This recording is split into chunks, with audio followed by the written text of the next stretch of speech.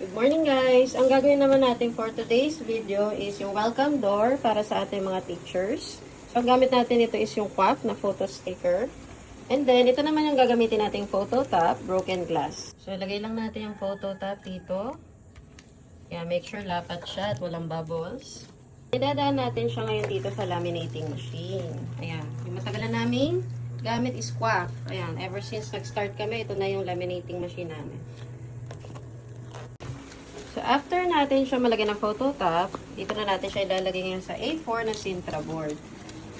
Ayan, tanggalin nyo na yung likod. Ayan.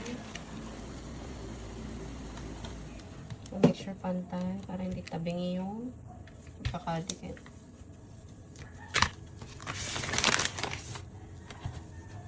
So, ganito na itsura niya with Sintra board. Ayan. So, make sure lang walang bubbles kasi aangat yung sticker paper niya. Ayan, ang ganda. Then, proceed na tayo sa cutting. Sundan lang natin yung guide sa pinaka-design. Ayan, mga linya na yan. So, ngayon naman guys, gagamit tayo ng eyelet puncher para maputasan itong Sintra board natin.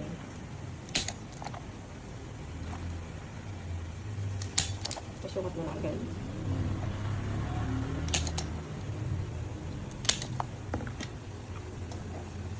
Isang buo.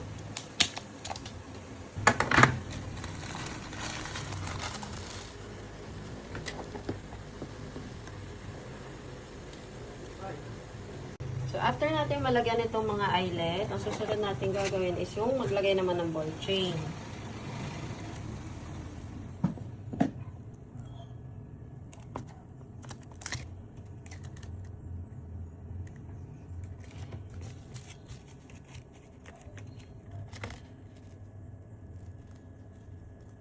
So, ang next natin gagawin, ito na yung last, maglalagay tayo nito.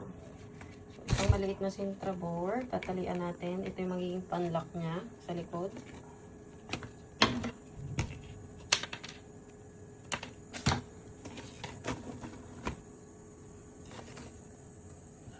Ayan, ito na po ang ating finished product. Ready na isabit sa doors ng bawat section ni ma'am. Thank you po.